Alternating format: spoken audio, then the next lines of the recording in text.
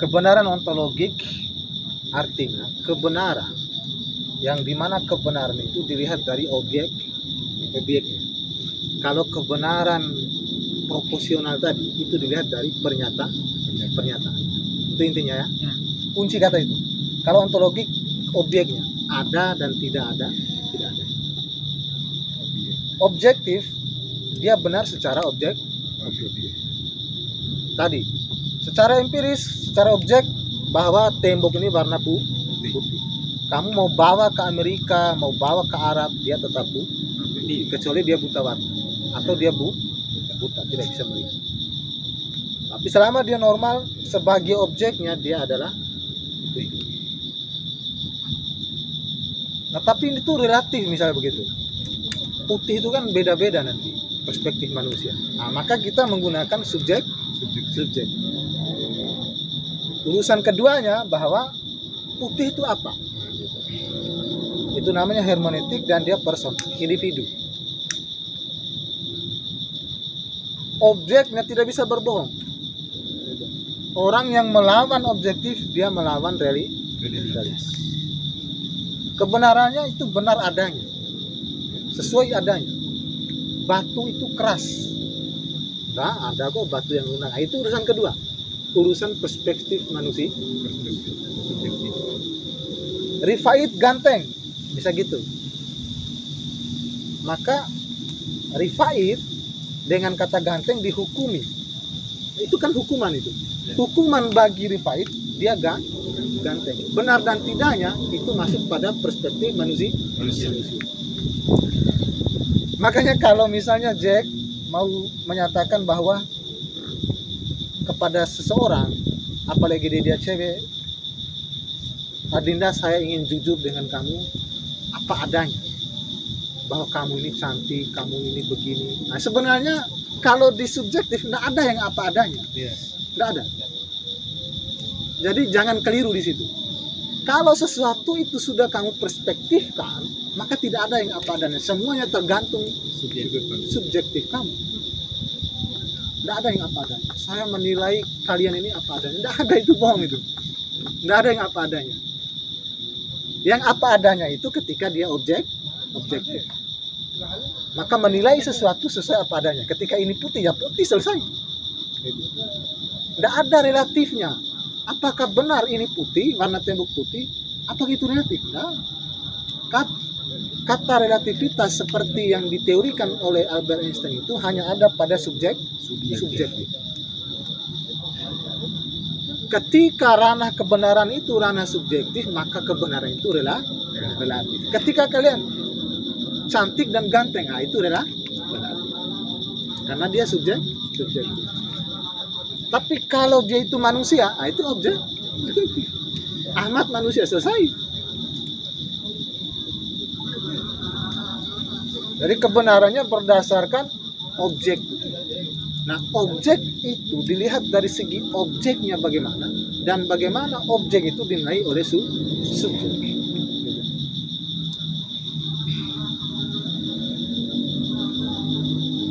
Bisa? Ya. Nah, misalnya tadi yang apa adanya itu kita perspektifkan gitu. Perspektifkan bahwa sesuatu itu ganteng dan cantik itu harus kita sadari gitu. Manusia yang ganteng dan cantik itu harus kita sadari. Maka ketika kita melibatkan kesadaran dalam subjektivitas kita dan menjadi hermeneutik gambaran profesional, dia adalah sesuatu yang keberadaannya secara objek itu tergantung kesadaran. Masuk gini, kopi ini manis atau pahit? Kopi di depan saya Manis. manis. Nah itu jawaban objektif. Tapi kalau berkaitan dengan subjektif, dia akan katakan bahwa belum bisa dikatakan manis dan pahit karena belum dicoba. Itu ya. Ya kan sudah ada gulanya kopi. Iya belum, karena bagi orang yang suka manis, ketika gulanya sedikit dia pahit. Pahit. Bagi orang yang suka pahit, ketika gulanya banyak, dia katakan manis. Makanya saya bilang tidak ada yang apa adanya ketika dia sudah masuk pada ranah perspektif manusia. Bisa ya?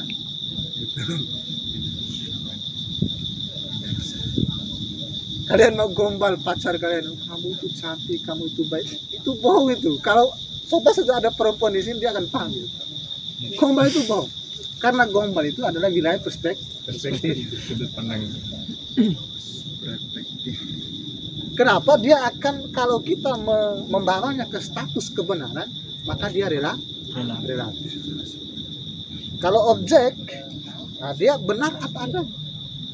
Itu benar secara ontologi. Nah, ada juga kebenaran intersubjektif yang dimana kebenarannya itu disepakati oleh banyak individu, banyak kelompok. Makanya dia ranahnya ranah sosial. Kalau di level kebenaran tadi, dia ranah kebenaran etik. Jadi ada hubungannya. Sosial, ranahnya sosial, kebenaran intersubjektif. Ideologi kita apa? Ideologi Indonesia. Pancasila. Dia kebenaran yang diterima seluruh dunia atau hanya Indonesia? Hanya Indonesia. Dia disebut kebenaran intersubjektif. Bukan kebenaran yang orang Amerika harus terima, itu enggak. Apakah Pancasila bisa dirubah? Ya bisa.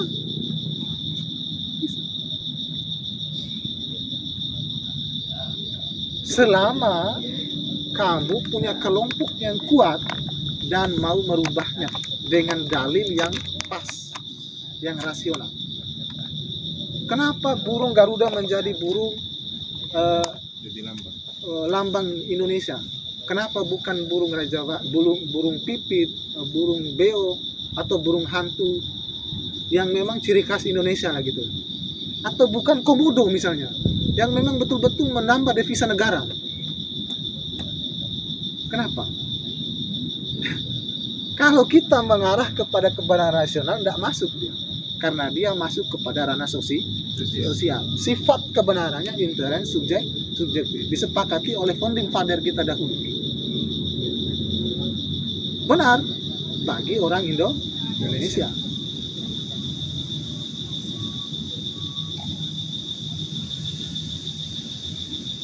Demokrasi bisa nggak dirubah? Bisa, karena dia intern subjektif. Garuda bisa ganti aja dengan komodo, kan lebih ke Indonesiaan misalnya, atau ganti dengan burung cendrawasih. Silakan, tinggal filosofinya apa nanti, ya kan? Di sayap, kan burung Garuda itu kan begini, di sayapnya ada 17, menambangkan 17 Agustus, di ekornya ada 8 helai bulunya, di pangkal ekor ada 19, lalu di kepala, di leher ada 45. Makanya 17 Agustus 1945. Nah, bayangkan ketika kemerdekaan Indonesia tanggal 1 bulan Januari. Berarti ada nggak burung Garuda yang ekornya 1? Jadi filosofinya itu beda-beda dan itu disepakati. Makanya sifat kebenarannya intern subjektif. Nah, tidak mutlak dia. Tidak mutlak. Tidak ada yang mutlak. Nah, kalau objektif ya dia universal. Ini putih ya, putih, semua orang akan menyatakan putih. Kalau kamu bermain di wilayah subjektif, cence terus deh. Nanti larinya ke sudut pandang juga di sini. Bagi NU begini, bagi Muhammadiyah begini, itu kebenaran hermeneutik. Ranah individu. Hanya individu itu. Fadil melihat hantu, ya sudah, Fadil aja. Fadil aja yang menganggap itu benar karena Fadil yang merasakan langsung. Makanya kata Ustadz Arifin itu, kalau mau percaya Tuhan, maka percaya dulu hantu. Kalau mau percaya Tuhan, percaya dulu hantu. Ada di rekaman yang pendek itu Ustadz Arifin almarhum. Semoga beliau diterima di sisi.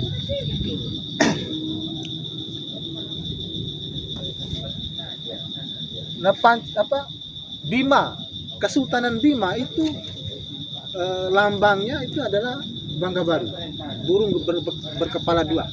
Dalam realitas kalau dia pakai objektif, emang ada burung yang kepalanya dua? Ada nggak?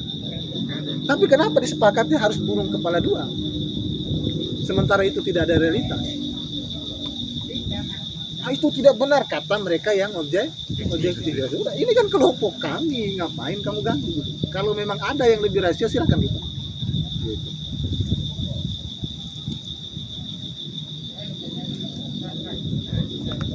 Jadi dalam kehidupan sehari-hari, dari awal yang saya bahas tadi, dari level kebenaran sampai sekarang ini, itu terkait dalam kehidupan kita sehari-hari, ya kan? Yang kita perdebatkan selama ini tentang kebenaran.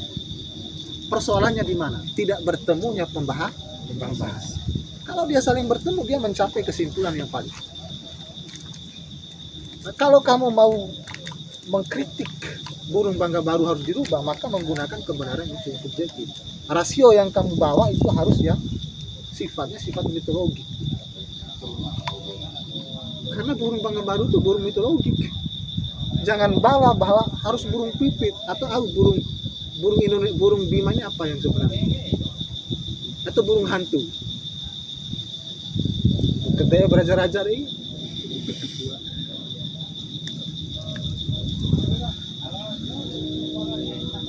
Nah, kenapa para raja harus dikubur di atas bukit?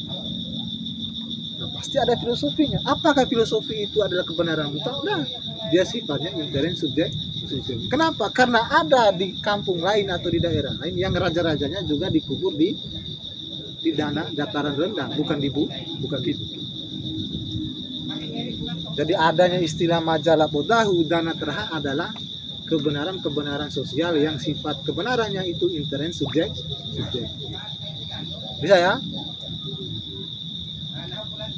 Kalau objektif, nah itu apa adanya. Nah, itu baru apa adanya, bukan kalau subjektif tidak ada yang apa adanya. Ya. Kamu mau minta uang 30 juta kepada Umi Dinda, bicara Umi Dinda itu apa adanya, itu bohong. Umi, kamu ini cara memimpinmu bagus. Nah, itu sudah masuk perspektif, itu penilaian manusia. Nah, bagi saya tidak bagus, bagi Fadil tidak bagus, tapi bagi yang meminta uang bagus.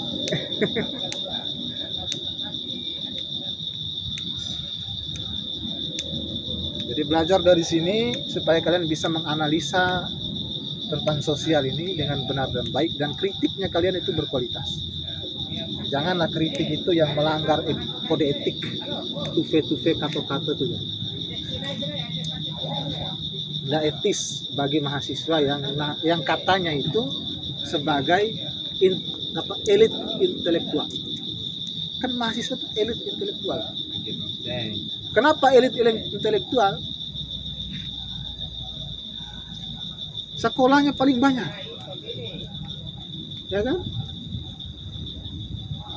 Semakin tinggi pendidikannya, maka dia semakin elit intelektual. Itu secara rasional. Faktanya gimana dulu? Apakah betul demikian? Nah, itu nanti. Bahkan ternyata ada profesor yang perkosa mahasiswa. Nah, berarti dia sudah membantah keelitan intelektualnya dengan sikap. Makanya di ujung-ujungnya nanti filsafat itu adalah etika dan estetika. Puncak filsafat di situ. Untuk mencapai bijaksana itu etika dan estetika. Nama ilmunya adalah aksiologi yang berbicara tentang aksi, tindakan manusia. Makanya saya bilang tadi, benar dan bijak itu adalah sesuatu hal yang berbeda. Kalau bijak itu menempatkan benar pada tempatnya, kalau benar itu menyesuaikan realitas dengan ide. Ya, kan? Dari 8 teori tadi semuanya menyesuaikan realitas dengan ide. Pada prinsip sama. Hanya prinsip teorinya itu berbeda-beda dalam cakupan mainnya. Baik dari itu misalnya necessary, ya kan, dari korespondensi, koherensi, semuanya pasti dia bicara objek dan subjek. Karena inti pengetahuan dan kebenaran ini adalah manusia.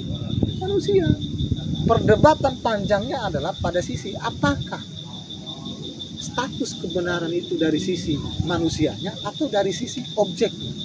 Nah, itu yang menjadi perdebatan. Lahirlah beberapa hal ini. Sehingga dalam kehidupan sosial kita mesti hati-hati. Pun dalam belajar juga kita mesti hati-hati, karena kalau kita belajarnya setengah-setengah, maka kita sampaikan setengah-setengah juga kepada orang lain, maka sesatlah orang lain itu. Jadi mentok, harus sampai pada sesuatu yang kamu yakini benar, barulah kamu sampaikan kepada orang lain. Oh, begini adik, begini kakak, begini bapak. Jangan karena kamu itu dapatnya dari buku, baru baca buku, belum dibuktikan misalnya, baik itu secara empiris, rasio, metafisis maupun secara etika, tidak kamu analisa, langsung mengungkapkannya. Hati-hati, itu bisa jadi sesat. Ketiga, kebenaran jenisnya semantik.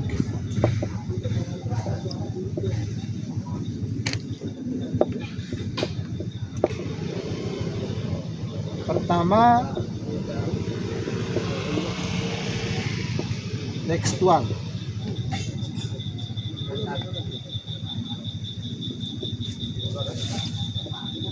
Atau gramatikal. Kalau dalam bahasa Inggris sering kalian dengar grammar.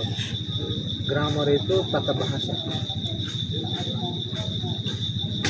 Kedua, kontekstual.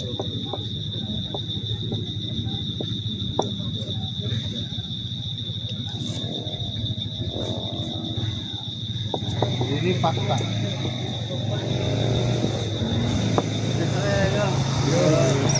Ketiga, tautologi.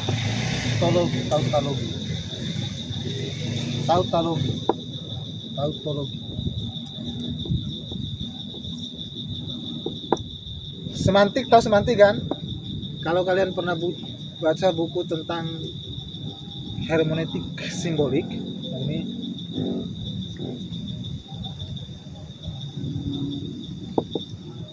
simbolik, itu pasti ada sejarah hermeneutika, ya, herme itu dari mana gitu. Nanti ada semantik. Semantik itu bukan fikira ya, semantik itu simbol daripada kata itu sendiri. Kalau tekstual itu kebenarannya teks, kebenaran teks.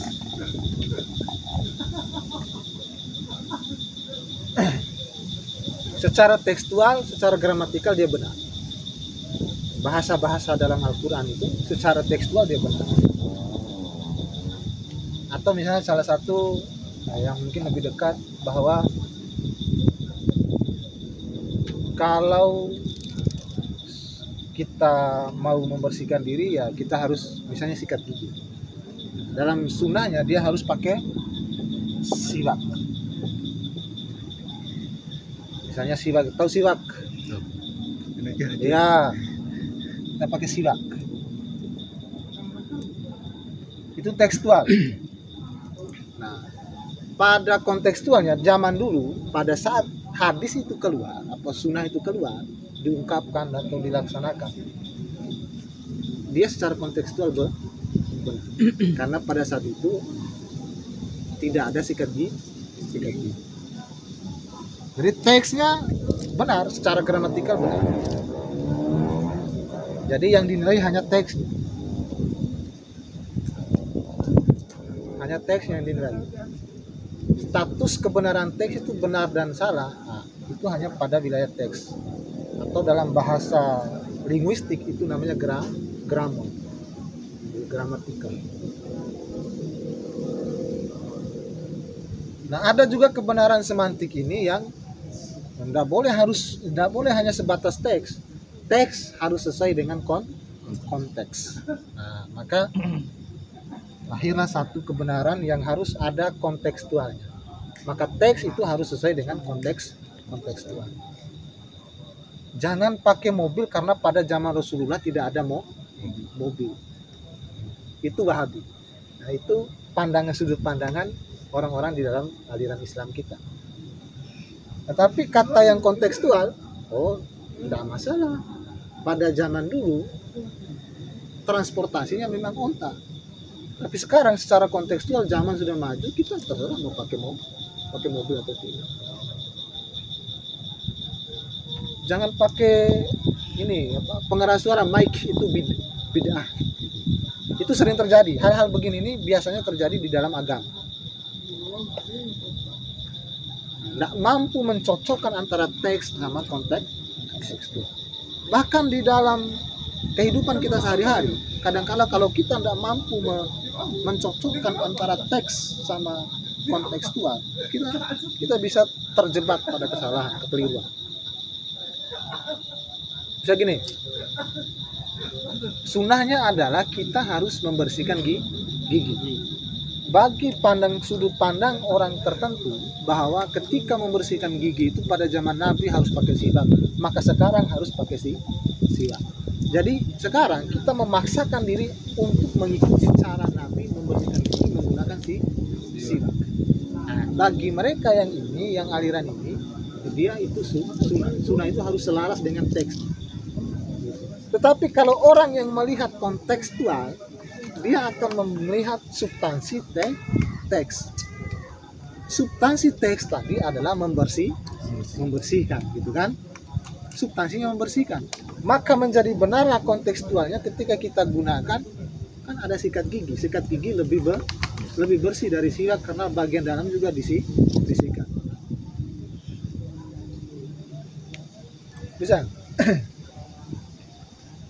Kebenaran tekstual, ya kan, itu pincang bila tidak dilengkapi dengan kebenaran kontekstual, simboliknya. Kalau tekstualnya itu adalah warna merah, itu tanda berhenti. Warna merah tanda berhenti. Itu harus ada warna merah. Tidak hanya teksnya, harus ada warna merah. Gitu. Kan teksnya warna merah tanda berhenti. Seluruh dunia menyatakan misalnya warna merah tanda berhenti. Dipakailah itu di permainan bola sebagai wasit ketika dia mengangkat kartu warna merah, itu berhenti bermainnya itu orang. Ya kan? Di lampu lalu lintas ketika kita melihat ada lampu warna merah, kita berhenti. Ya kan? Kita berhenti. Nah, lampu warna merah yang kita lihat itu adalah kontekstual. Kebenarannya kebenaran simbol. Kebenaran tekstualnya secara gramatikalnya itu adalah bahwa lampu warna merah yang sesuatu warna merah itu disepakati dia tanda berhenti. Dalam agama sering terjadi kekeliruan di tekstual sama kontekstual. Sederhananya kalau dalam sains, tekstual itu bicara teori, kontekstual adalah praktik. Nah, akan pincang teori tanpa praktik.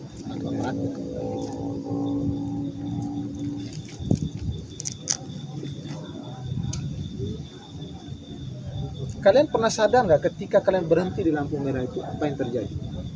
Sebenarnya dalam logika itu terjadi adalah dalil. Dalil tidak bersuara. Kalian punya pengetahuan bahwa ketika lampu warna merah, dalam pikiran kalian lampu warna merah itu tanda berhenti, lampu warna hijau tanda jalan, lampu warna kuning tanda hati-hati. Itu aba-aba. Ketika kita bawa motor misalnya, sampai di sana kita dihadang ada lampu merah, kita berhenti. Seketika kita berhenti. Itu bermakna bahwa yang pertama, kalau dia itu menggunakan tinjauan psikologi, bahwa kesadaran kita sudah sadar kita punya pengetahuan itu. Ketika kita melanggarnya dan kita melawan lampu merah itu, kita melawan kesadaran kita. Nah, dalam tinjauan logika, ketika kita berhenti dalam lampu warna merah, kita sudah menggunakan dalil bahwa akal kita akan mengetahui sesuatu yang lain ketika menemukan lampu itu warna merah. Apa yang diketahui akal bahwa kita harus berhenti.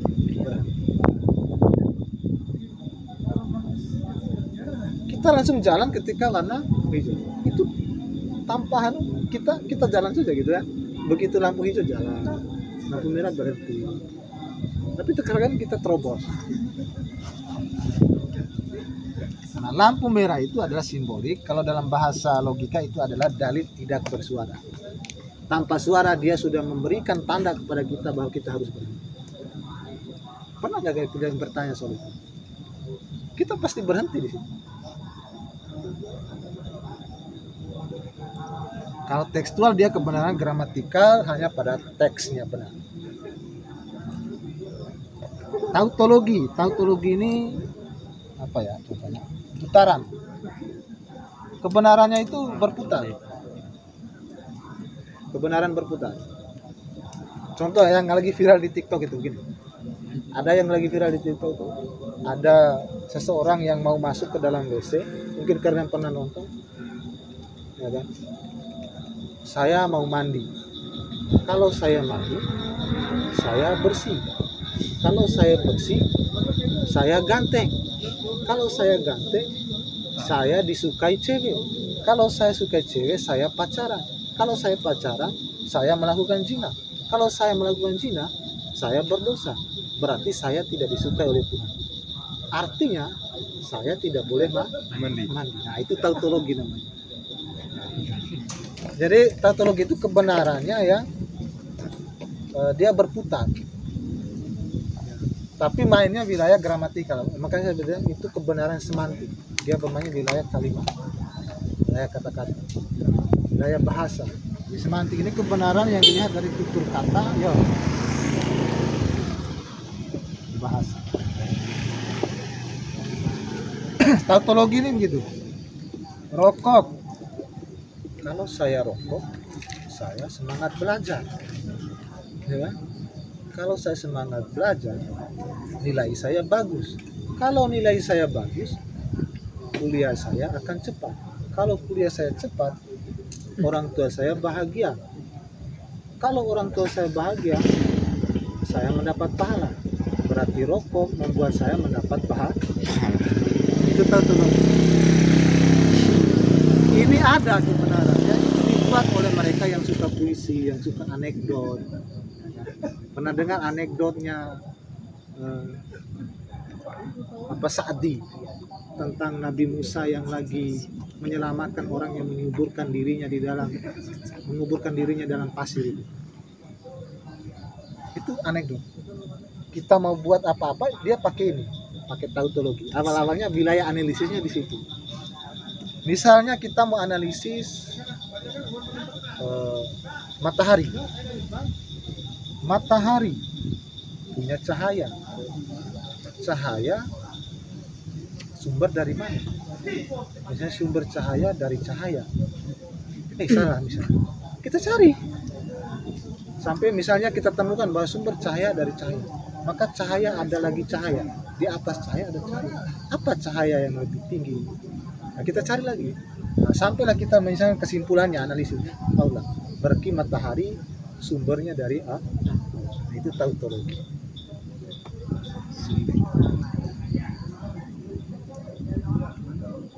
Jadi kita membuat bahasa, kita membuat analisisnya dengan cara kebenaran berputar seperti ini. Kita ambil konsep-konsep yang lain, lalu kita temukan pada ujungnya kayak gini bola. Dari titik satu, ya kan? Kita bahas apa saja yang berkaitan dengan dia, kembali dia bertemu. Nah, itu namanya. Itu namanya kebenaran tautologi. Dia ada pada jenis semantik. Bisa?